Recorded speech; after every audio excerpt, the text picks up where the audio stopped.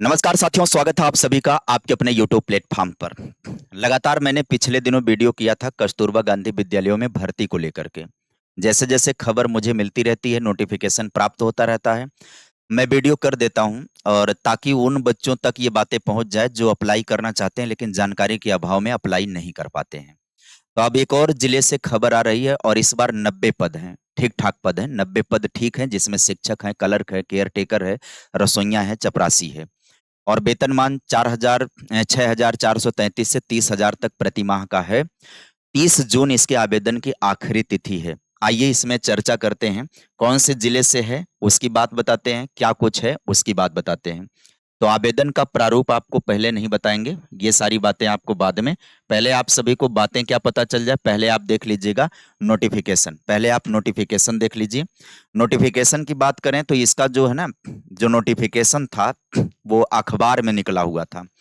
तो अखबार में जो ये निकला हुआ नोटिफ़िकेशन था, विज्ञापन था, उसमें क्लियरिटी बहुत ज़्यादा विज़िबिलिटी नहीं थी। अगर उसको लगाते तो वो देखी नहीं जा सकती, पढ़ी नहीं जा सकती।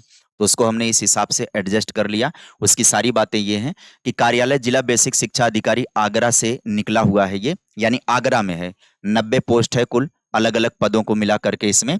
तो 28/5/2026 की पत्र संख्या इतने से बेसिक शिक्षा विभाग लखनऊ के दिनांक इतने के अनुपालन में जिलाधिकारी महोदय की अनुमति 13/6/2026 के क्रम में जनपद आगरा में उच्चीकृत 5 कस्तूरबा गांधी बालिका विद्यालयों में शैक्षिक व गैर शैक्षिक स्टाफ के लिए रिक्त पद संविदा के आधार पर 26/27 हेतु केवल महिला अभ्यर्थियों के आवेदन पत्र आमंत्रित किए जाते हैं। पूर्ण रूप से भरे हुए आवेदन पत्र पत्र दिनांक 30/6/2026 तक पंजीकृत डाक या स्पीड पोस्ट द्वारा कार्यालय जिला बेसिक शिक्षा अधिकारी समग्र शिक्षा अशोक नगर आगरा पर सायं 5 बजे तक जो है प्राप्त किए जाएंगे। मतलब आप सभी लोगों को पंजीकृत डाक के माध्यम से या स्पीड पोस्ट के माध्यम से ये आवेदन पत्र भरना होगा।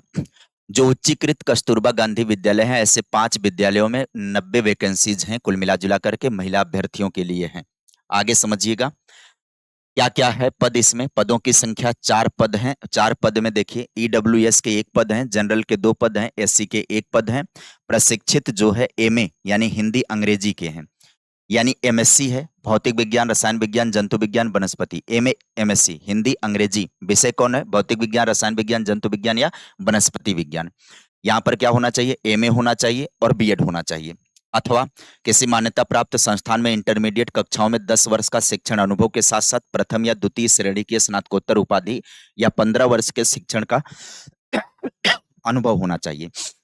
इसके अलावा विज्ञान में प्रशिक्षित स्नातकोत्तर डिप्लोमाधारी प्रतिबंधित यह है कि उसने यह डिप्लोमा पाठ्यक्रम प्रथम या द्वितीय श्रेणी उत्तीर्ण किया हो और किसी मान्यता प्राप्त संस्थान में ऐसा डिप्लोमा पाठ्यक्रम उत्तीर्ण करने के 15-20 वर्षों की प्रशंसनीय सेवा की हो। या ऑब्लिक ऑब्लिक करके है।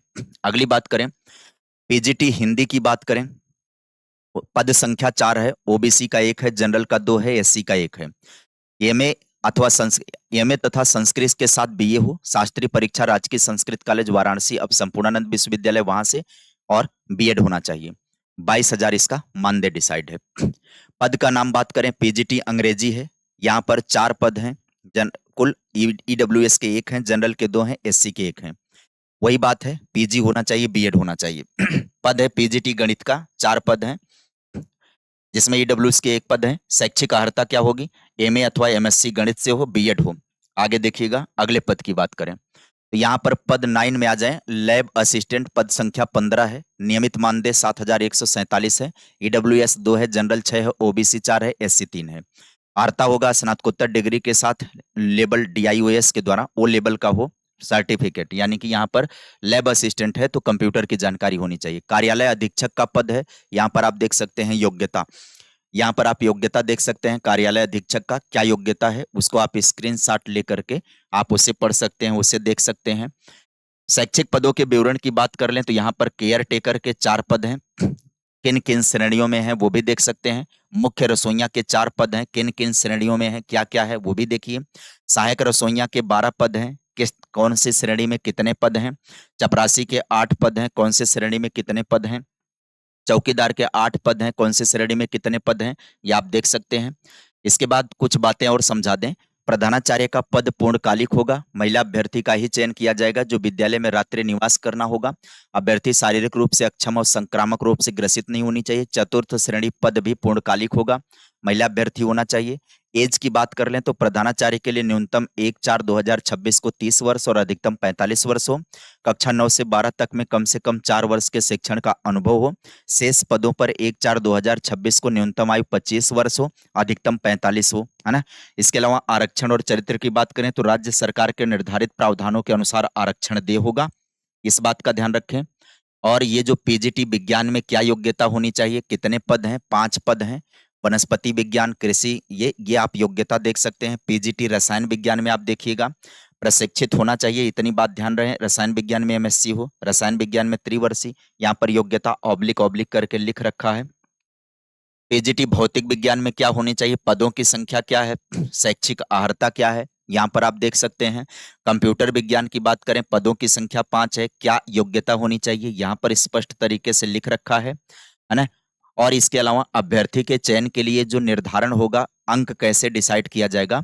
हाई स्कूल का कितना लिया जाएगा, 10% लिया जाएगा। इंटरमीडिएट का कितना, 10% लिया जाएगा। स्नातक का कितना, 20% लिया जाएगा। परास्नातक का कितना लिया जाएगा, 20% लिया जाएगा। और प्रशिक्षण का कितना परसेंट लिया जाएगा, 30% लिया जाएगा। इस पर आपका कुल मेरिट बनेगा, जो मेरिट में टॉप पर रहेगा उसी का सिलेक्शन होगा। ये आपका सत्यापन जो है वो प्रस्तुत करना होगा, वेरिफिकेशन करवाना होगा। आवेदन कैसे होगा, आवेदन हेतु केवल महिला अभ्यर्थी पात्र हैं। प्रत्येक पद हेतु अलग अलग आवेदन करना होगा। आवेदन पत्र के साथ अपने समस्त वांछित अभिलेखों की प्रमाणित छाया प्रति संलग्न करना होगा। किसी भी प्रकार के बदलाव, सुधार और विज्ञप्ति को किसी भी समय निरस्त करने का अधिकार जनपदीय समिति के पास होगा। इसमें किसी भी प्रकार का दावा स्वीकार नहीं किया जाएगा। आवेदन पत्र के साथ 2 स्वयं के पते लिखे हुए लिफाफे हों जिन पर 60 रुपए के डाक टिकट लगे हों, ये संलग्न करना जरूरी है। इसके अलावा बात करें अगर हम तो आगे आपको आवेदन का प्रोफार्मा समझा दें। आवेदन का प्रोफार्मा जो होगा वो यहाँ पर आपको दिखा देते हैं। आवेदन प्रोफार्मा कैसा होगा, क्या क्या, देखिए आवेदन प्रोफार्मा ऐसा होगा। यह आवेदन प्रोफार्मा आपको मिलेगा कहाँ पर, तो आगरा की वेबसाइट पर चले जाइए। जो जिला समिति की वेबसाइट होती है उसी पर जा करके आपको विज्ञापन वो देखा जा सकता है। फिलहाल के लिए टेलीग्राम बंद है, अन्यथा हम टेलीग्राम के जरिए आपको उपलब्ध करा देते। आने वाले समय में कोई व्हाट्सएप चैनल का लिंक वगैरह जनरेट करेंगे, उसके माध्यम से आपको जोड़ेंगे तो ये सारे विज्ञापन वहां पर भेजेंगे। आवेदन पत्र का प्रारूप यही होने वाला है। जो आवेदन पत्र का प्रारूप होगा उस पर यही सारी चीजें मेंशन रहने वाली हैं। आवेदित पद का नाम, अभ्यर्थी का नाम, माता या पति का, पिता या पति का नाम, अस्थायी पता, पत्र व्यवहार का पता, फोन नंबर डालना होगा, आरक्षण की कोटि, जन्म तिथि अंकों में, शब्दों में, आयु बताना होगा अपना। और डॉक्यूमेंट में क्या क्या, शैक्षिक योग्यताओं की बात करें तो शैक्षिक योग्यताओं में ये सारी योग्यता आप सभी को मेंशन करना है। हाई स्कूल, संस्था का नाम, बोर्ड, विषय उत्तीर्ण, ये सब आप देख सकते हैं यहाँ पर। उसके बाद नीचे एक घोषणा आपको सबमिट करनी होगी। पद कहाँ से हैं, कौन से जिले से हैं, आगरा से हैं। कुल पदों की संख्या विभिन्न पदों के 90 है। तो अब उम्मीद है कि आपको अपनी तरफ से मैंने जानकारी जो है दे दिया। अगर आप तक जानकारी पहुंच गई तो अब आप इस पर रिसर्च करिए और अपने अपने हिसाब से आप आवेदन करिए।